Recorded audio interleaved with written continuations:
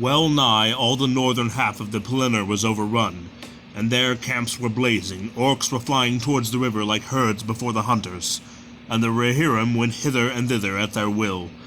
But they had not yet overthrown the siege, nor won the gate.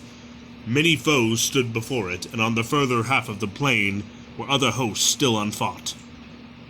Southward beyond the road lay the main force of the Haradrim, and there their horsemen were gathered about the standard of their chieftain. And he looked out, and in the growing light he saw the banner of the king, and that it was far ahead of the battle with few men about it. Then he was filled with a red wrath, and shouted aloud, and displaying his standard, black serpent upon scarlet, he came against the white horse in the green with great press of men, and the drawing of the scimitars of the Southwinds was like a glitter of stars. Then Theoden was aware of him, and would not wait for his onset, but crying to Snowmane, he charged headlong to greet him. Great was the clash of their meeting, but the white fury of the Northmen burned the hotter, and more skilled was their knighthood with long spears and bitter. Fewer were they, but they clove through the Southwinds like a firebolt in a forest. Right through the press drove Theoden Thingol's son, and his spear was shivered as he threw down their chieftain. Out swept his sword, and he spurred to the standard, hewed staff and bearer, and the black serpent foundered. Then all that was left unslain of their cavalry turned and fled far away. But lo, suddenly, in the midst of the glory of the king, his golden shield was dimmed. The new morning was blotted from the sky. Dark fell about him. Horses reared and screamed. Men cast from the saddle lay groveling on the ground. To me! To me! Cried Theoden. Up, Eorlingus! Fear no darkness!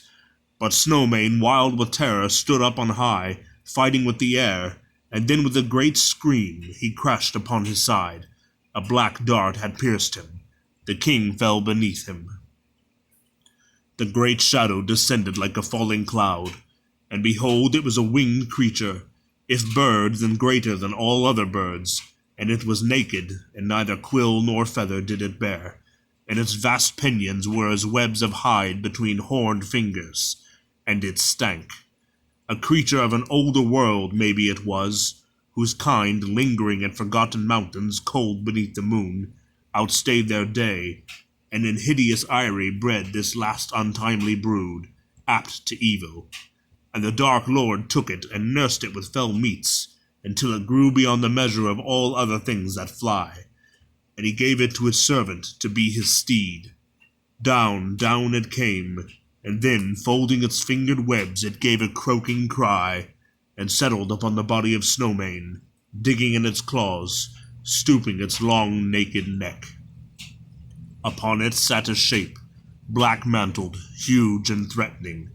A crown of steel he bore, but between rim and robe naught was there to see, save only a deadly gleam of eyes, the Lord of the Nazgul. To the air he had returned, summoning his steed ere the darkness failed, and now he was come again, bringing ruin, turning hope to despair, and victory to death. A great black mace he wielded. But Theoden was not utterly forsaken. The knights of his house lay slain about him, or else mastered by the madness of their steeds were borne far away. Yet one stood there still. Dernhelm the Young, faithful beyond fear, and he wept, for he had loved his lord as a father. Right through the charge Merry had been borne unharmed behind him, until the shadow came, and then Wynfula had thrown them in his terror, and now ran wild upon the plain.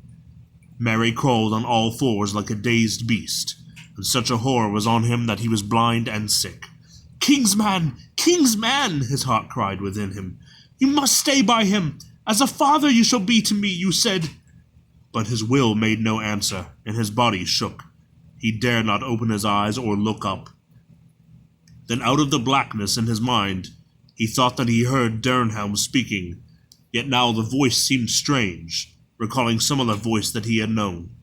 "Begone, foul Dwemerlach, lord of Carrion, leave the dead in peace!"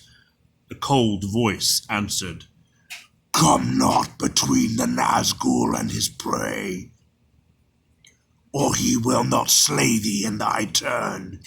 He will bear thee away to the houses of lamentation, beyond all darkness, where thy flesh shall be devoured, and thy shriveled mind be left naked to the lidless eye.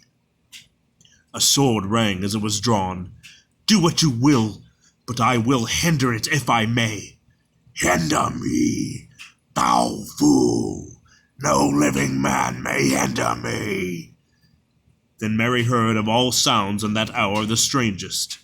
It seemed that Dernhelm laughed, and the clear voice was like the ring of steel. But no living man am I. You look upon a woman. Eowyn I am, Eomund's daughter. You stand between me and my lord and kin. Be gone if you be not deathless, for living or dark undead I will smite you if you touch him.